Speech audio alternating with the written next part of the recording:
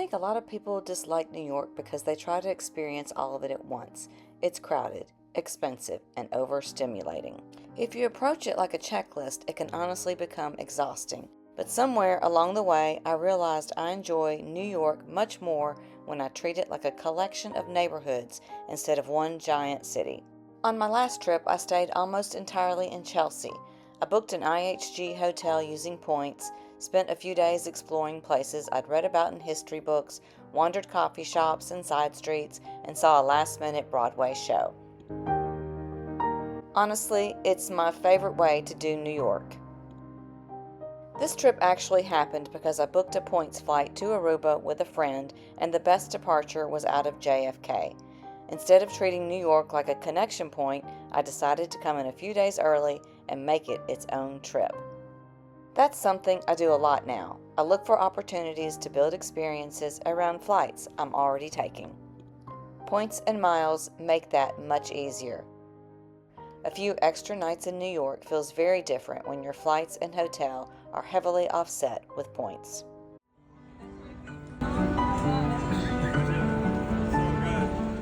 I think a lot of people leave New York exhausted because they approach it like a checklist. They're trying to see everything they're supposed to see: Times Square, Statue of Liberty, Empire State Building, and there's nothing wrong with those places. I've done all of them. But I realize the version of New York I enjoy most exists beyond the tourist checklist. It's the neighborhoods, the history, the small coffee shops, the side streets, the feeling of temporarily living there instead of consuming it. I return to cities like London and Amsterdam over and over again, each time exploring a little deeper, and New York deserves the same approach. At this stage of life, I'm less interested in seeing what everyone says I should see and more interested in returning to places to explore what genuinely interests me. That's why this trip was different. Instead of trying to conquer all of New York in 3 days, I stayed mostly in a neighborhood, Chelsea. That's how to enjoy New York. More human, more personal, less like a checklist. I'm at the Met. I know exactly what I want to see. I come see this every single time I'm here.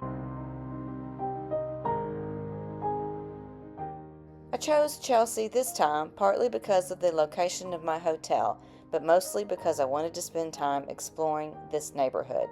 I've been reading books about New York history before the trip and wanted to see some of those places in person.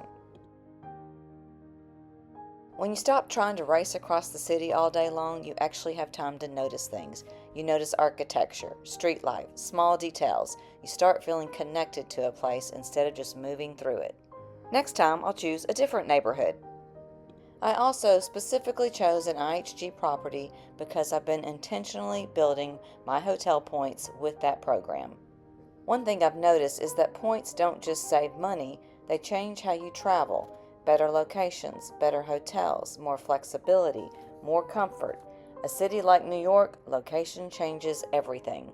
Being able to stay where I actually wanted to spend my time made the entire trip feel easier and less rushed. Honestly, I've stepped up my hotel game a lot recently because my point strategy has gotten stronger. My next New York trip this fall is completely booked on points. I'll be staying at the Intercontinental and a Kimpton in Midtown. A few years ago, I probably wouldn't have done that. Now I can. Solo travel also changes New York for me. I move slower when I'm alone. I notice more. I spend more time wandering. I can stop somewhere because a building interests me, or because I suddenly want another coffee, or if I decide to walk 20 more blocks. There's nobody trying to optimize the day. New York is actually a fantastic city for solo travel because you never really feel alone.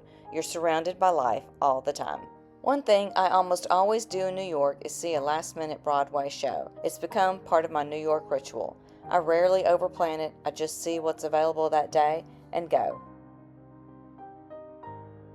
Another reason for my visit was inspired by a podcast I listened to. They specialize in New York history and the Gilded Age, both the HBO series and the real history, and they were offering tours. That's exactly the kind of thing that excites me now when I travel. Not necessarily trying to see every major attraction again, but finding deeper layers of a place that genuinely interest me. I also make it a point to visit the Met almost every time I go to New York. Not because I feel obligated to, because I love it. I think that's when travel changes, when you stop traveling based on what you're supposed to see and start returning to places because your own interests keep pulling you back. Those little rituals and deeper interests are part of what makes returning to big cities special.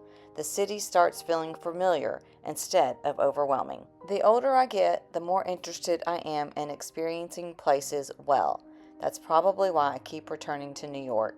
There's always another neighborhood, another layer of history, another hotel, another coffee shop, another version of the city to experience. And honestly, that's the secret to enjoying New York long term.